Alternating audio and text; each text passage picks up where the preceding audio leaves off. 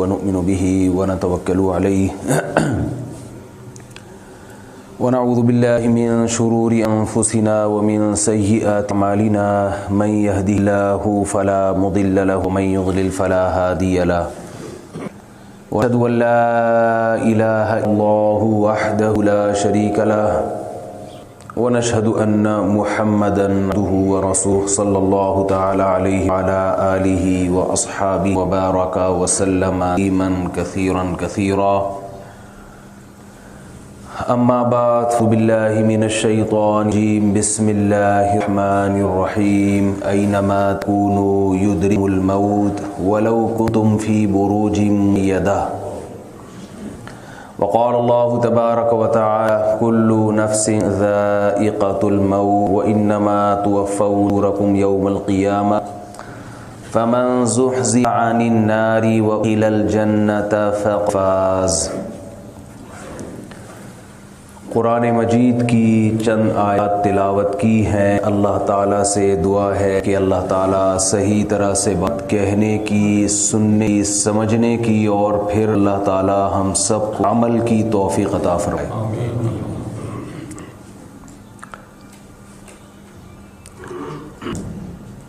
اللہ نے ہمیں پیدا کیا، نہ ہم اپنی مرضی سے آئے اور نہ اپنی مرضی سے جائیں گے۔ یہاں تک تو بات میرا خیال ہے سمجھ میں آ گئی ہوگی۔ نہ ہم اپنی مرضی سے آئے ہیں، پیدا کس نے کیا ہے؟ اللہ نے۔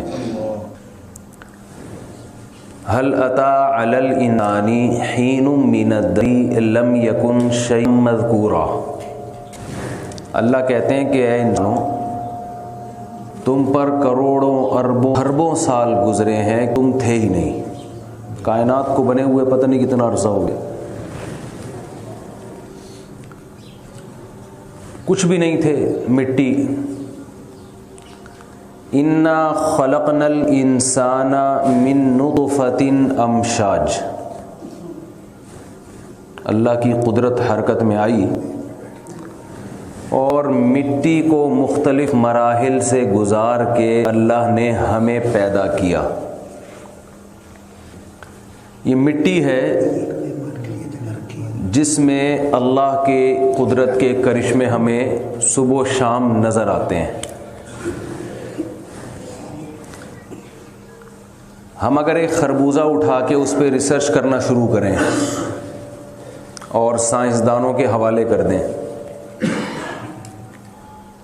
اور ان کو بتائیں کہ اس پہ تحقیق کرو کہ یہ خربوزہ کیسے وجود میں آیا، لیکن ایسے سائنٹسٹ کے حوالے کریں جس نے نہ کبھی بیج دیکھا نہ کبھی بیل دیکھی، بس ایک جنگل میں ایک ذہین آدمی، اس کے حوالے کریں آپ اور کہیں کہ ریسرچ کرو کہ یہ خربوزہ کیسے بنا،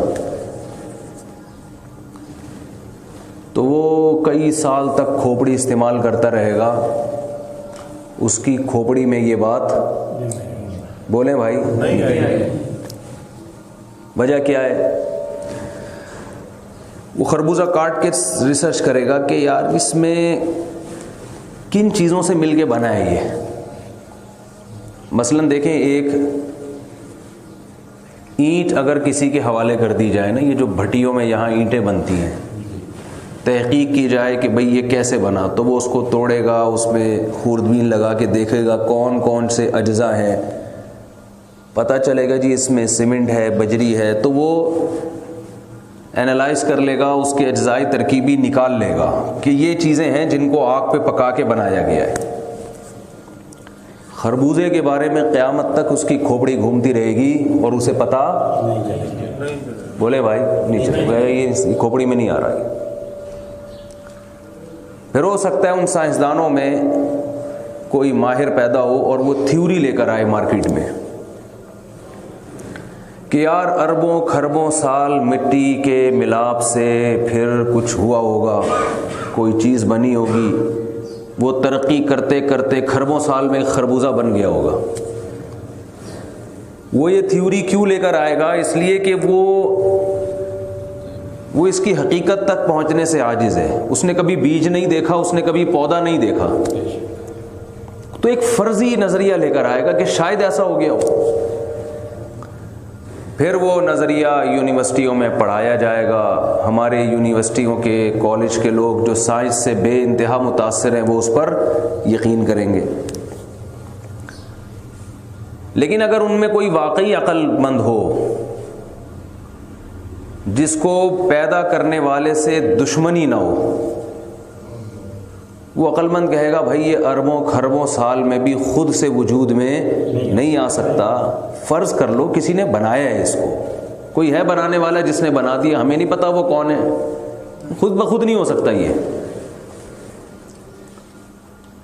آپ جادو دکھائیں دنیا میں کسی کے سامنے، کسی جنگل کیا بلکہ صحرا میں رہنے والے انسان کو بتائیں کہ دیکھو میں تمہیں ایک جادو دکھاتا ہوں. وہ جادو کیا ہے کہ آپ نے ایک بیج کو زمین میں ڈالا، اس نے نہیں دیکھا کبھی پودے بننے کا عمل. وہ بیج زمین میں جاتا ہے. جادو کہاں سے شروع ہوتا ہے کہ زمین کا سینہ پھٹتا ہے. زمین میں آپ کسی بھی چیز کو ڈالیں تو زمین کا کام ہے اس کو کھا کے ختم کرنا. سونا ڈالیں، لوہا ڈالیں، انسان ڈالیں، تھوڑے دنوں میں مٹی ہر چیز کو کیا بنا دیتی ہے؟ مٹی کی عادت ہے، جو ڈالیں گے اس کو مٹی بنائے گی. لیکن آپ نے کہا ہو ہم تمہیں ایک میجک دکھاتے ہیں، ایک جادو دکھاتے ہیں. آپ نے خربوزے کے بیج کو زمین میں ڈال دیا. جادو کیا کہ بجائے مٹی اس کو کھا کے ختم کرنے کے، اس میں سے ایک ننھا سا پودا نکلنا شروع ہوتا ہے اور وہ زمین کے سینے کو پھاڑ ڈالتا ہے. تو صحرائی آدمی جس نے کبھی پودے بننے کا عمل نہ دیکھا ہو، وہ اس پروسیس کو دیکھ کر بے انتہا حیران ہوگا یا نہیں ہوگا؟ کہے گا واقعی یار یہ تو بڑا جادو ہے. آپ کہیں بھی جادو ختم نہیں ہوا. یہ پودا بڑھنا شروع ہوتا ہے، یہ بیل ہے، اس میں باریک باریک کونپلیں نکلتی ہیں. انہیں جو جگہ ملتی ہے وہ اس پہ لپٹ جاتی ہیں اور اوپر چڑھنے کی کوشش کرتی ہیں. جیسے کوئی انسان جس کے پاس دماغ ہو اور وہ کیٹوں کی پہاڑی پہ چڑھنے کی کوشش کر رہا ہو، جہاں اس کو سہارا ملتا ہے وہاں ہاتھ رکھ کے اس کے اوپر چڑھنے کی کوشش کرتا ہے. لیکن یہ بیل اتنی ذہین ہے، اس کے کھوپڑی نظر نہیں آئے گی آپ کو اس میں، مگر مغز اس میں موجود ہے. اس کو اتنا شعور ہے کہ جہاں سورج کی روشنی آ رہی ہے اس طرف کو کھسکنے کی کوشش کرو. یہ دوسرا جادو میجک ہے یا نہیں ہے؟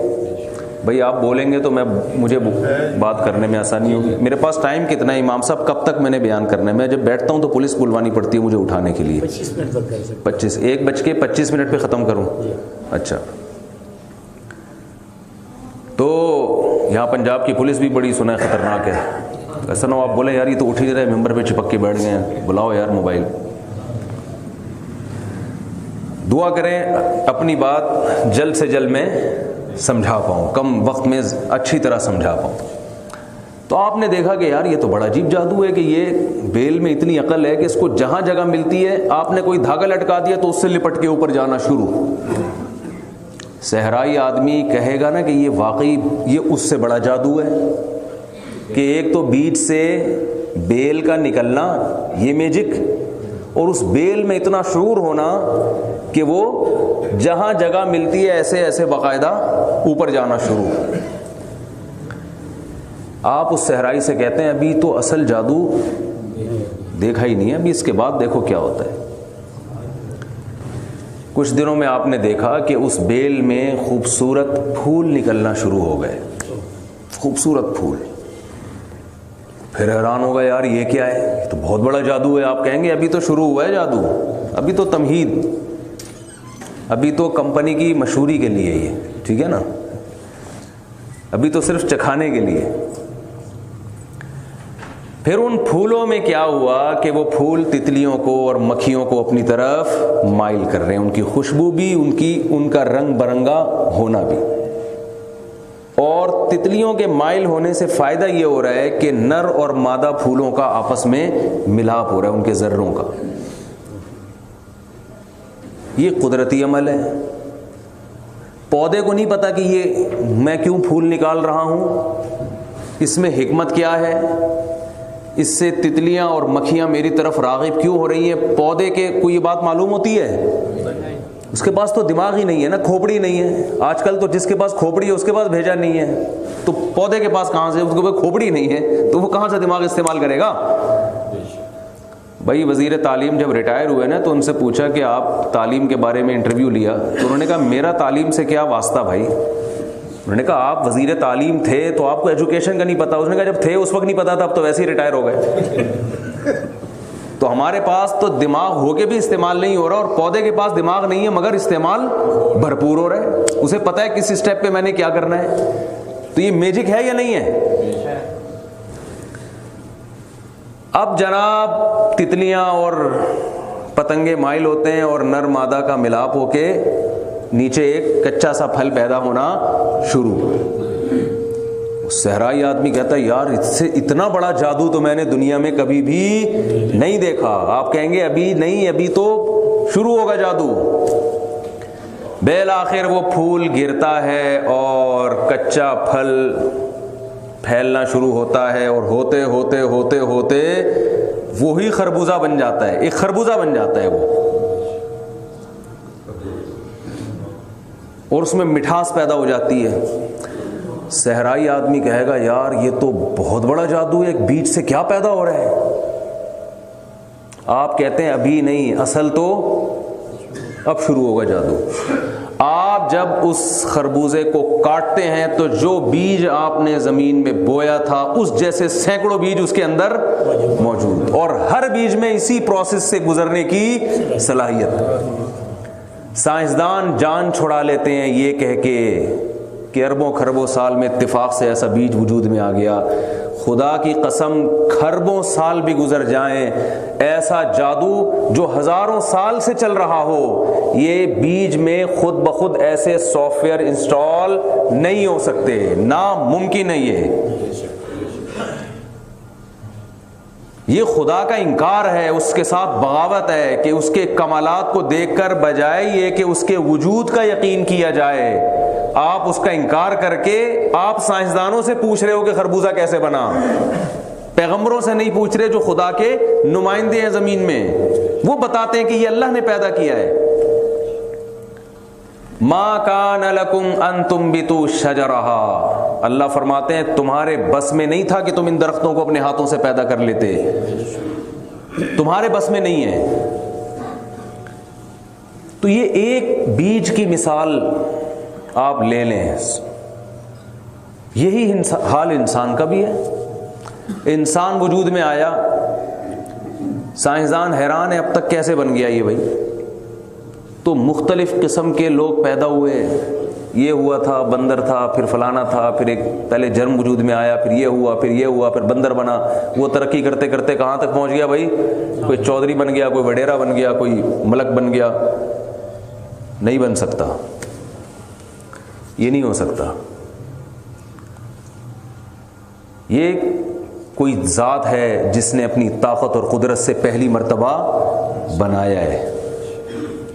تو اللہ قرآن میں اپنا انٹروڈکشن کرواتے ہیں, اپنا تعارف کرواتے ہیں. سائنسدان نہیں کروائے گا آپ کو خدا کا تعارف, کیونکہ یہ سائنس کا ٹاپک نہیں ہے. ہمارے ہاں ہماری ینگ جنریشن ہر چیز سائنسدانوں سے پوچھ رہی ہے. جو سائنس کا ٹاپک نہیں ہے وہ چیزیں بھی کس سے پوچھی جا رہی ہیں. میں ایک مثال سے بات سمجھاتا ہوں. میرے پاس صبح و شام والدین کی کالز آتی ہیں, والدین ملنے کے لیے آتے ہیں کہ ہمارا بچہ بگڑ گیا. وہ ابھی تھوڑی دیر پہلے کال آئی تھی, آدھا گھنٹہ پہلے, ہمارا بچہ بگڑ گیا, ہم سے تمیز سے بات نہیں کرتا, نہ ماں کا احترام نہ باپ کا احترام. تو حالانکہ ہم نے اس کو اتنی اچھی تعلیم دلائی, اتنا خرچہ کیا اس کے اوپر, تو مفتی صاحب ایسا کیوں ہو رہا ہے؟ لگتا ہے کسی نے کچھ کر دیا ہے. یہ تو آج کل بہت ہی کامن لفظ ہے نا, بندش. یہ تو روحانی ڈرامے باز جو ہیں یہ تو انہوں نے تو قوم کو اسی چکر میں ڈالا ہوا ہے. میں ان سے ایک بات کہتا ہوں کہ آپ نے بچے کو جس ماڈرن اسکول میں ایجوکیشن دلوائی ہے نا, کہ بچہ ماڈرن بنے گا، انگلش فرفر بولے گا، پھر اس کے بعد میڈیکل سائنس میں جائے گا تو اچھا ڈاکٹر بنے گا، انجینئرنگ میں جائے گا تو اچھا انجینئر بنے گا. تو اسکول جس مقصد کے لیے بنے ہیں وہ مقصد اسکولوں نے پورا کر دیا. میں ان سے کہتا ہوں آپ کا بچہ فرفر انگلش بولتا ہے، کہہ رہے ہیں ہم سے زیادہ اچھی بولتا ہے. آپ کے بچے نے ہو سکتا ہے اردو ادب میں بھی مہارت حاصل کی ہو تو مرزا غالب کو بھی پیچھے چھوڑ دیا ہو اس نے. آپ کا بچہ اسپیشلسٹ بن گیا کسی فیلڈ میں، بہت اچھا بن گیا. میں ان سے کہتا ہوں کہ آپ اپنے بچے کو اسکول میں جو ایجوکیشن دلا رہے ہیں اس میں فزکس بھی ہے، بایولوجی بھی ہے، میتھ بھی ہوگی، کیمسٹری بھی ہو سکتا ہے، ہو بہت سارے ٹاپک ہیں، لیکن تمیز یہ اس ٹاپک کوئی سبجیکٹ نہیں. بولو نا بھائی، ہے تبھی وہ بدتمیز ہے. تمیز نام کا کوئی ٹاپک آپ کو اسکولوں کے نصاب میں ملے گا؟ آئیے تمیز سیکھیں، کہیں ملے گا آپ کو؟ اردو میں تمیز کہتے ہیں، انگلش میں ذرا ایٹیٹیوڈ وغیرہ اور یہ سب چیزیں وہ مل جائیں گی. کسٹمر کے ساتھ کیسے آپ نے ڈیل کریں، یہ جب آپ کو بزنس پڑھایا جائے گا تو اس میں کسٹمر سے ڈیلنگ کیسے ہوگی. تبھی میں ان سے کہتا ہوں آپ کا بچہ گھر میں جتنا مرضی بدتمیز ہو، کسٹمر کے ساتھ وہ بدتمیزی نہیں کرے گا. اسے پتا ہے بزنس کے لیے یہ چیز زہر قاتل ہے. جیسے ایئر ہوسٹس جہاز میں موجود مسافروں کے ساتھ کتنے اچھے اخلاق سے بات کرتی ہے، گھر میں بھی کرتی ہے، یہ نہیں کرتی، یہ آپ جہاز میں اس کے اخلاق دیکھ کے اندازہ نہیں لگا سکتے. بٹن دباؤ فوراً آتی ہے کہ نہیں آتی، اور بلا وجہ ایکسکیوز می کر رہی ہوگی آپ سے، بلا وجہ ایکسکیوز کر رہی ہوگی، سوری کر رہی ہوگی، حالانکہ کوئی آپ کی طرف سے غلطی نہیں ہوئی، لیکن خام خواہ میں ایکسکیوز، یعنی کوئی غلطی نہیں ہو رہی پھر بھی معافی. اور گھر میں غلطیوں پہ غلطیاں ہو رہی ہیں مگر معافی کا کوئی تصور نہیں ہے.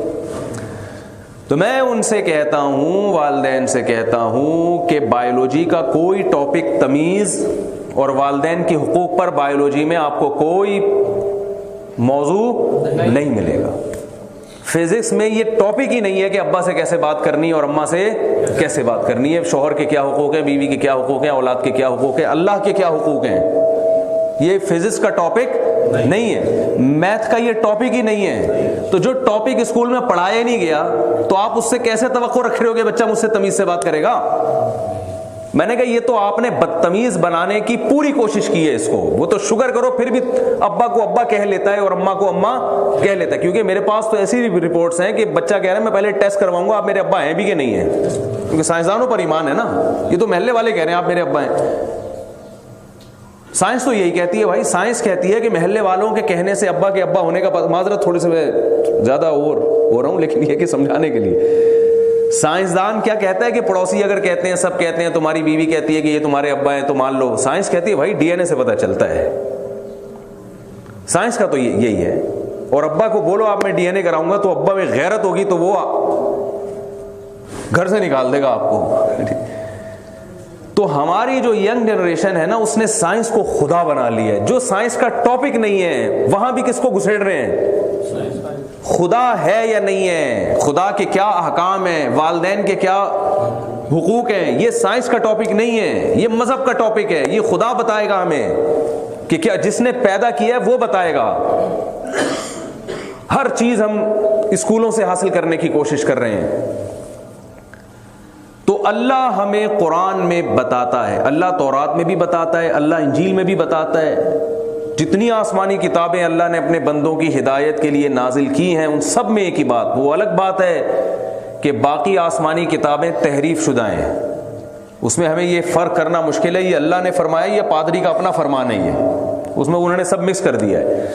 لیکن قرآن میں الحمد سے لے کے والناس تک کسی مذہبی رہنما کا، کسی پیغمبر کی اپنی بات بھی اس میں شامل نہیں ہے. یہاں تک کہ نبی صلی اللہ علیہ وسلم پر جب قرآن نازل ہو رہا تھا تو آپ صلی اللہ علیہ وسلم نے صحابہ کو شروع میں حدیث لکھنے سے بھی منع کیا، شروع میں، اس لیے کہ ایسا نہ ہو کہ سادگی کا دور تھا، چمڑوں پہ قرآن لکھا جاتا تھا کہ میرا ارشاد اور اللہ کا ارشاد آپس میں مکس نہ ہو جائے. تو اہتمام کیا گیا بھئی اللہ کی بات کو الگ رکھا جائے، میری بات کو الگ رکھا جائے.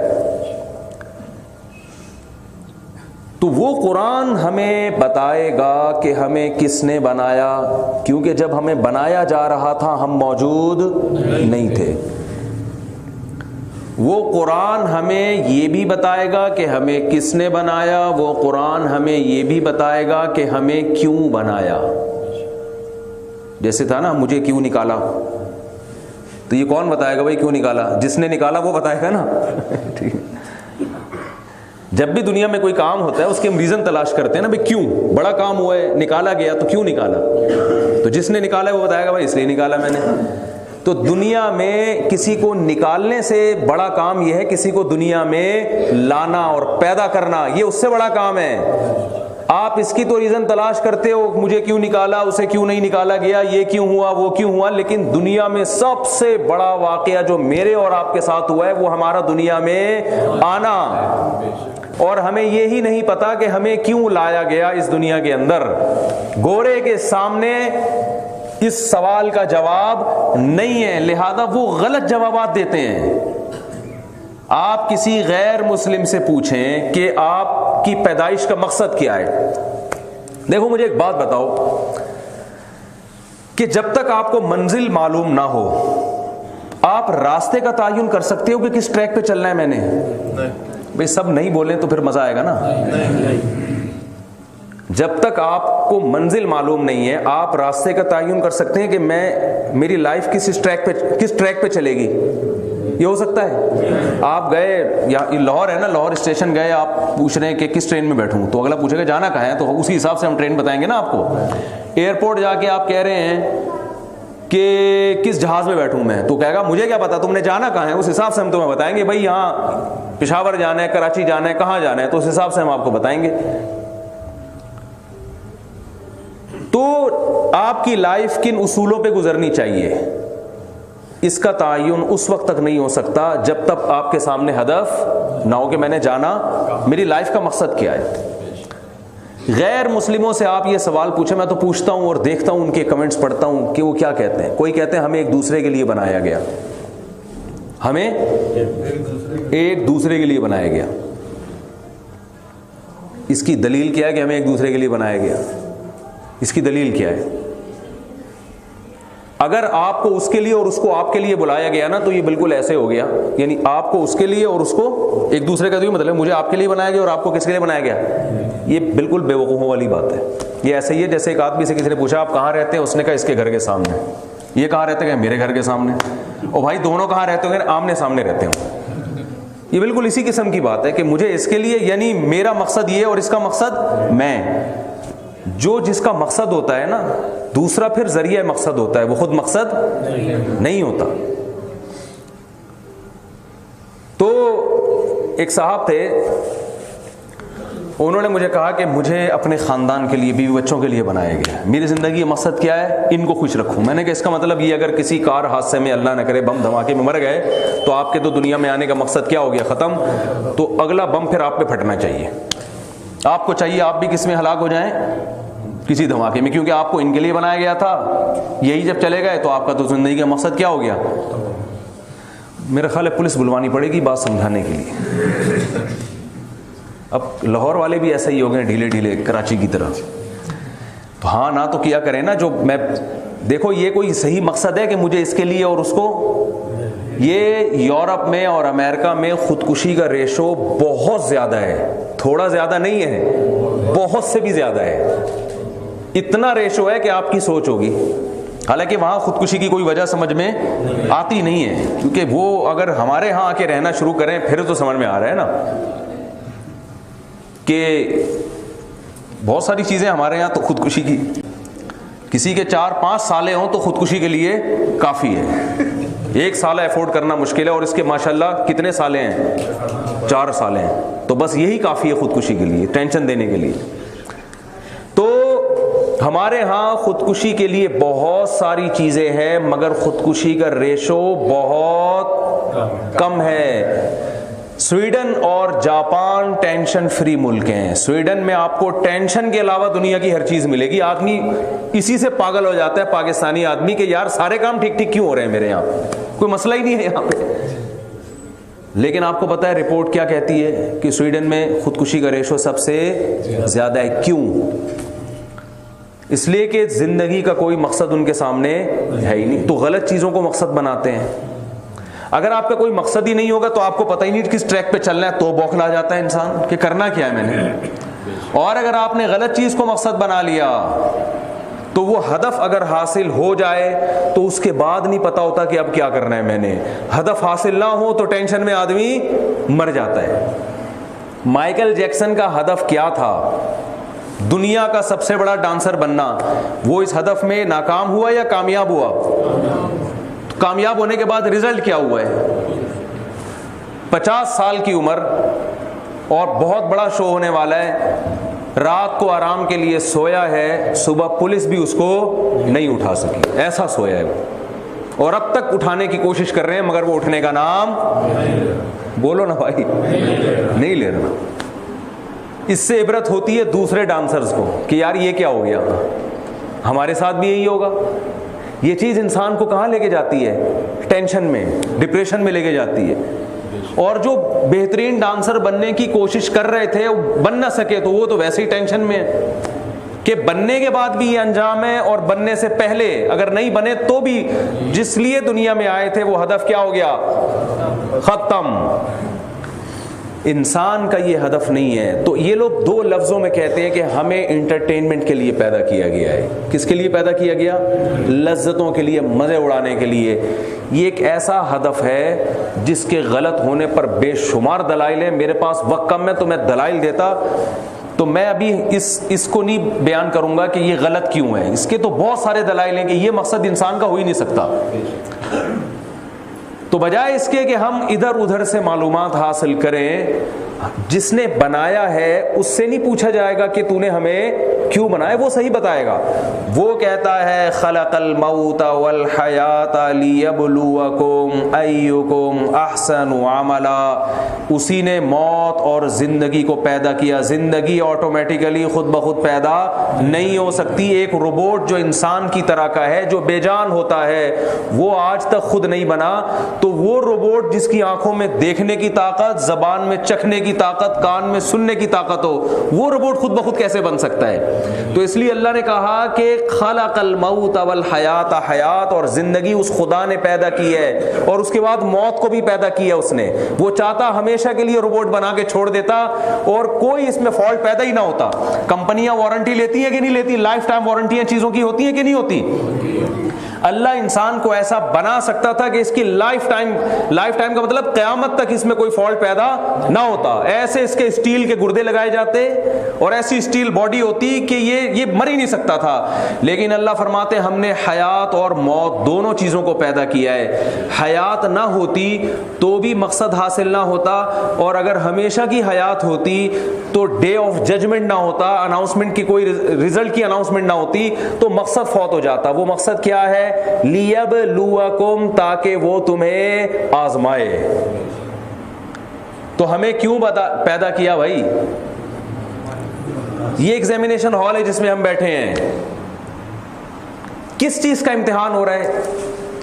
اس کا جواب بھی کون دے سکتا ہے؟ ارے جس نے ایگزامینیشن ہال میں بٹھایا وہ بتائے گا نا کہ کس چیز کا امتحان ہے. کیا ہو گیا؟ آپ لوگ تو ماشاءاللہ پائے کھاتے ہیں، سجی کے پائے، اور کیا کون سے ہوتے ہیں، سری اور چھولے، پتہ نہیں کیا کیا. وہ تو خطرناک چیزیں سن کے آدمی کا بلڈ پریشر ہائی ہو جاتا ہے. سجی کے پائے اور کیا ہوتا ہے؟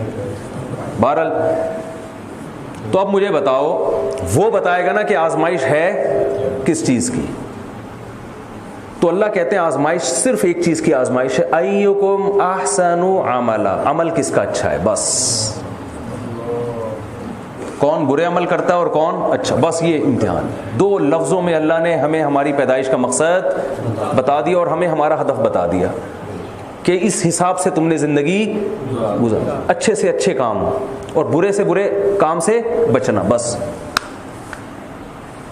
لیکن ایک فالٹ انسان یہاں کر سکتا تھا کہ وہ اچھائی اور برائی کو خود ڈیفائن کرنا شروع کر دیتا، جیسے گورے نے کیا. اس نے کہا ٹھیک ہے ہمیں اچھا بننا چاہیے، لائف کا مقصد اچھا بننا نہیں ہے لیکن چاہیے. اب اچھائی کی ڈیفینیشن انہوں نے پشتو میں کہتے ہیں اخپل طریقے سے کرنا شروع کر دیا. وہ یونائٹڈ نیشن سے پوچھتے ہیں کہ اچھا کیا ہے اور برا کیا. یونائٹڈ نیشن کہتی ہے کہ زنا کرنا برا کام نہیں ہے اگر آپس کی رضامندی سے ہے. کہ جب دونوں راضی ہیں تو مولانا کو درمیان میں ایک تکلیف کیوں ہو رہی ہے کہ یہ لیگل کیا ہوتا ہے؟ جب دونوں راضی ہیں تو کیا مسئلہ ہے؟ یونائٹڈ نیشن کا یہی لا ہے، بس دل نہ دکھاؤ کسی کا، بلکہ ان کے ہاں تو میرا خیال ہے یہ ثواب کا کام ہے نا، دل نہیں دکھا رہے آپ کسی کا۔ انہوں نے کہا اگر میل آپس میں ریلیشن قائم کرنا چاہیں تو کسی کو کیوں تکلیف ہو رہی ہے؟ اس میں انٹرٹینمنٹ کے لیے ہم آئے ہیں دنیا میں، تو ہر وہ چیز جو انٹرٹین کرنے کا ذریعہ بنے گی اس میں مذہب کی رکاوٹ کو وہ برداشت نہیں کرتے۔ اگر آپ اپنے بوڑھے ابا کو بڑھاپے کی وجہ سے اولڈ ہوم میں جمع کرا دیتے ہیں تو یونائٹڈ نیشن کی طرف سے اس پر کوئی پابندی بولو نا بھائی نہیں ہے۔ کیوں؟ وہ کہتے ہیں یار لائف کا مقصد جب انٹرٹینمنٹ ہے تو آپ کے باپ نے جب جوانی کو انٹرٹین کر لیا، مزے اڑا لیے، انجوائے کر لیا جوانی کو، تو اب وہ دوسروں کے لیے کباب میں ہڈی کیوں بنے ہوئے؟ گھر میں پڑے ہو گے بلا وجہ کھانسیں گے، ٹی بی ہو سکتا ہے، کرونا ہو سکتا ہے، کچھ بھی ہو سکتا ہے۔ تو یہ گورنمنٹ کے کھاتے میں ڈالو۔ گورنمنٹ بوڑھوں کے لیے کیا بنائے گی؟ ادارے، تو ہاں ان کو جمع کرا دو اور آپ کی تنخواہ سے ٹیکس کٹے گا اور آپ کے ابا اماں پہ خرچ کیا جائے۔ میں سمجھا پا رہا ہوں اپنی بات؟ تو وہ کہتے ہیں یہ برا عمل نہیں ہے، کیونکہ انہوں نے یونائٹڈ نیشن سے پوچھا کہ اچھائی کیا ہے، برائی کیا ہے، تو یونائٹڈ نیشن نے کہا بوڑھے ابا اماں کو گھر سے نکالنا کوئی برائی نہیں ہے، اس میں کوئی ٹینشن کی بات نہیں۔ لیکن قرآن کہتا ہے کہ تمہیں اللہ نے پیدا کیا آزمانے کے لیے، اور آزمائش کس چیز کی ہے؟ کہ اچھا کون بن کے دکھاتا ہے اور برے عمل سے کون بچتا ہے۔ اور پھر اللہ نے فرمایا اچھائی اور برائی کو ڈیفائن یونائٹڈ نیشن نہیں کرے گی بلکہ کون کرے گا؟ میں کروں گا۔ یہ ملکی قوانین بھی نہیں ڈیفائن کریں گے، ملک نہیں بتائے گا، آپ کا لا نہیں بتائے گا، کیونکہ لا بنانے والے ہمارے جیسے انسان ہیں، وہ شراب کو حرام تھوڑی کریں گے۔ اگر اسمبلی میں زیادہ تر لوگ شراب پینے والے ہیں، وہ شراب کے خلاف قانون بنا سکتے ہیں کیا؟ وہ جب افغان طالبان کی حکومت تھی نا تو چوروں کا ہاتھ کاٹنا وہاں شروع ہو گئے تھے، تو ہمارے یہاں اس وقت حکومت نے اعلان کیا تھا چور کا ہاتھ کٹے گا، تو اگلے دن کارٹون آیا، جتنے سیاسی لیڈر ہیں سارے ٹنڈے گھوم رہے ہیں سارے کیا ہو گئے؟ تو انہوں نے کہا یہ کیسے قانون پاس کر سکتے ہیں بھائی؟ جب انسان قانون بناتا ہے تو سب سے پہلے وہ کس کا مفاد دیکھتا ہے؟ اپنا۔ اسمبلی میں اگر انسان قانون بنائیں گے تو سب سے پہلے اپنے آپ کو دیکھیں گے کہ اس قانون کی زد میں ہم تو نہیں آ رہے، لیکن جب خدا قانون بنائے گا تو وہ حکمرانوں میں اور عوام میں فرق نہیں کرے گا، وہ اللہ اپنی مخلوق کے اجتماعی مفاد دیکھے گا کہ مخلوق کا فائدہ کس میں ہے۔ تبھی قرآن نے یہاں تک کہ نبی صلی اللہ علیہ وسلم سے پوچھ کے شراب کو حرام نہیں کیا، بلکہ قرآن نے نبی کو حکم دیا کہ آپ اناؤنس کر دیں انما الخمر والمیسر والانصاب والازلام رجس من عمل الشیطان۔ اے محمد صلی اللہ علیہ وسلم آپ اعلان کر دیں شراب، جوا، قمار، یہ تمام چیزیں ناپاک ہیں، شیطانی عمل ہے، فاجتنبوہ، ان کو چھوڑ دو تم۔ نبی صلی اللہ علیہ وسلم پیغمبر ہیں، پیغمبر کا معنی سفیر، آپ کا کام قانون بنانا نہیں ہے بلکہ قانون کو پہنچانا ہے۔ اور مشرکین نے آپ صلی اللہ علیہ وسلم سے فرمایا کہ آپ اس میں تھوڑی سی نرمی کر دیں، کچھ قوانین میں لچک پیدا کر دیں تو ہم سب آپ پر ایمان لے آئیں گے، کچھ تھوڑا سا کمپرومائز کر لیں۔ تو قرآن میں سورہ یونس میں اللہ نے پیغمبر صلی اللہ علیہ وسلم سے فرمایا کہ آپ ان کو کہہ دیں ما یکون لی ان ابدلہ من تلقاء نفسی، میری یہ مجال نہیں ہے، مجھ میں طاقت نہیں ہے کہ میں اپنی طرف سے اس میں تبدیلی کر دوں۔ ان اتبع الا ما یوحى الی، میں بھی اسی حکم کو فالو کروں گا جو میری طرف نازل کیا جائے، یہ میرے لیے بھی ہے۔ اور ان عصیت ربی انی اخاف ان عصیت ربی عذاب یوم علیم، جیسے تمہیں قانون توڑنے پر عذاب کا ڈر ہے، مجھے قانون توڑنے پر اسی طرح عذاب کا خوف ہے اللہ کی طرف سے۔ تو اچھائی اور برائی کیا ہے؟ ملکی قوانین کو فالو کرنے کا اسلام نے حکم دیا ہے۔ میں یہ نہیں کہہ رہا کہ قوانین توڑنا شروع کر دیں، لیکن اچھائی اور برائی کو ڈیفائن جو کرے گا وہ حکومت نہیں کرے گی، وہ کون کرے گا؟ وہ اللہ کرے گا جس نے پیدا کیا ہے۔ حکومت کا کام ہے اس قانون کو نافذ کرنا۔ پاکستان ایک اسلامی کنٹری ہے، اس میں اسمبلی میں یہ بحث بنتی نہیں ہے کہ شراب لیگل ہے کہ انلیگل ہے، اس میں تو ہے کہ اس کو امپلیمنٹ کیسے کرنا ہے، اس کے سزا کیسے نافذ کرنی ہے اس کی۔ تو اچھائی اور برائی کو جو قرآن نے ڈیفائن کیا وہ بھی دو لفظوں میں، بس وہ کر کے میں اپنے بیان کو ختم کرتا ہوں۔ اللہ نے فرمایا اچھائی کسے کہتے ہیں، اس کے لیے 4 شرطیں ہیں، 4 کام کرو گے تو کیا کہلاؤ گے؟ اچھائی، اچھے، یعنی نائس پرسن، جسے ہم کہتے ہیں نا ویری نائس، کہتے ہیں کہ نہیں کہتے؟ بہترین آدمی ہے. تو ہمارا بہترین کہنے کا معیار کچھ اور ہے، اللہ جب کسی کو بہترین کہہ دیں تو وہ معیار کچھ اور ہے. تو جنت اللہ نے دینی ہے تو اللہ جس کو سرٹیفکیٹ دے گا اچھے ہونے کا وہ ہے اچھا. اس میں 4 شرطوں میں سب سے پہلی سورہ بنی اسرائیل میں شرط بیان کی، ومن اراد الآخرۃ، سب سے پہلے آخرت کے ارادے سے کوئی کام کیا جائے، نیت کیا ہو؟ خدا کو راضی کرنا. بعض دفعہ عمل بہت اچھا ہے، آپ سینکڑوں غریبوں کو کھانا کھلا رہے ہو، اللہ کی رضا مقصد نہیں ہے، تو دنیا تو کہے گی ویری نائس، بہت زبردست آدمی ہے یار، صبح شام دیکھ کے ڈھکن کھلتے رہتے ہیں اس کے، اور ہزاروں لوگوں کو اپنے خرچے پہ کھانا کھلاتا ہے. آپ کہیں گے اچھا ہے، یونائٹڈ نیشن کہے گی اچھا ہے، محلے والے کہیں گے اچھا ہے، اللہ کیا کہے گا؟ اچھا نہیں ہے، اس کا مقصد میری رضا نہیں ہے. تو پہلی شرط کیا ہے؟ من اراد الآخرہ، نیت کیا ہو؟ دوسرا وسعا، کوشش بھی کرے، صرف نیتیں لے کے بیٹھا نہ رہے. میری نیت ہے کہ میں یہ کر دوں گا، یتیم خانہ کھول دوں گا، ہسپتال بنا دوں گا، ابا اماں کی خدمت کروں گا، اور نیت کرتے کرتے دنیا سے چلا گیا، عمل کی کوشش نہیں کر رہا، تو یہ بھی اچھا نہیں. بولتے کیوں نہیں بھائی؟ کوشش بھی کرے. تیسری بات وسعى لها سعيها، آخرت والی کوشش، جس کو اللہ نے کیا کہا ہو؟ آخرت کی کوشش کہا ہو.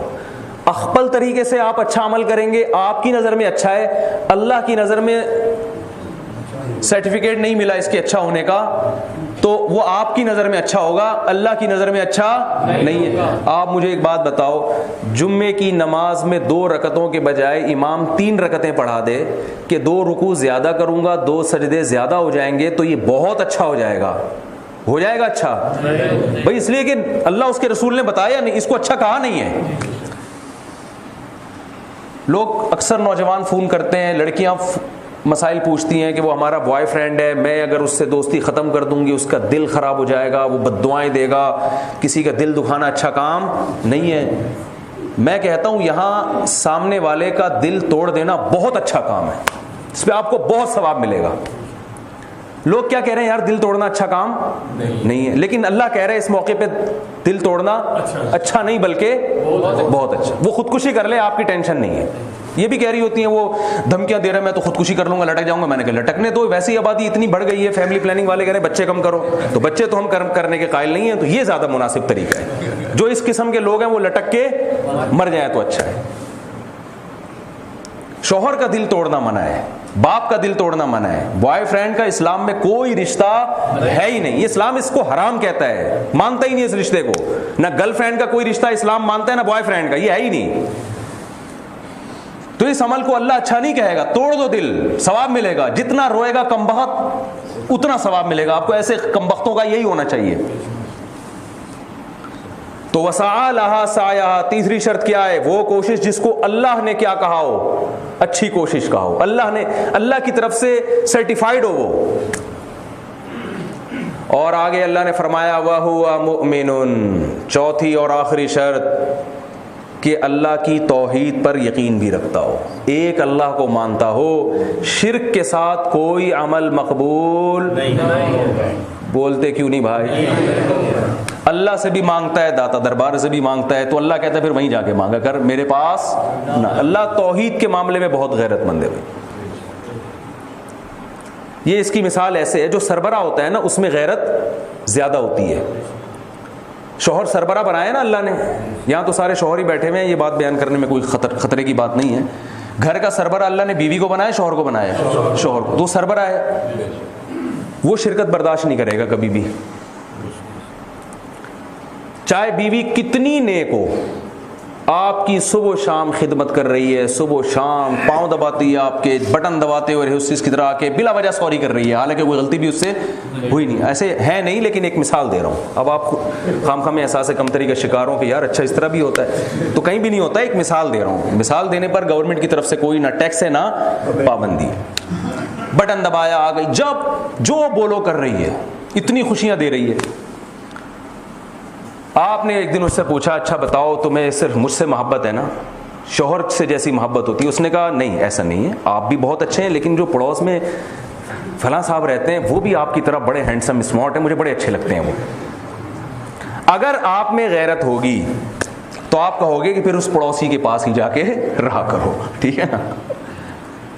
کتنی نیک ہو, عمل میں کتنی اچھی ہو, لیکن آپ کے ساتھ شوہر والی محبت میں کسی کو شریک کر رہی ہے, تو غیرت اگر ہوگی تو آپ برداشت نہیں کرو گے.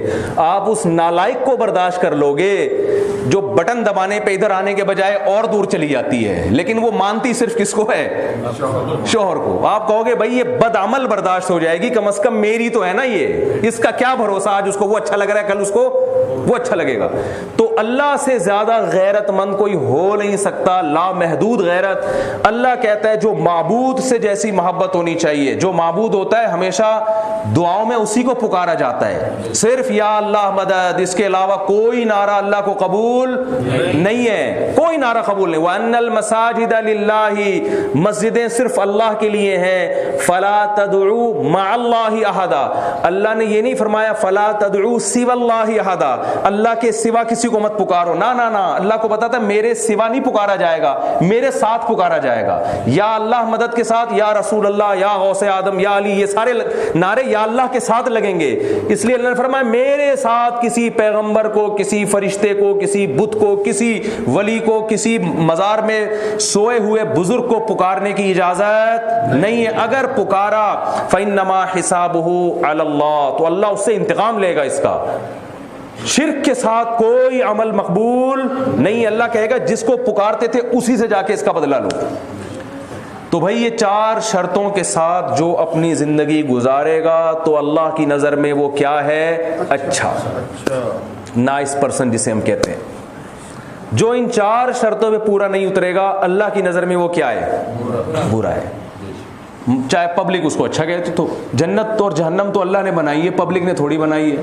تو ہم کوشش کر رہے ہوتے ہیں پبلک کی نظر میں اچھا بننے کی, اور کمال کی بات ہے پبلک ایسی کمبخت ہے کہ جتنا بھی اچھا بننے کی کوشش کرو وہ پھر بھی مانتی نہیں ہے. یہ پبلک کا ایک عجیب دماغ ہے.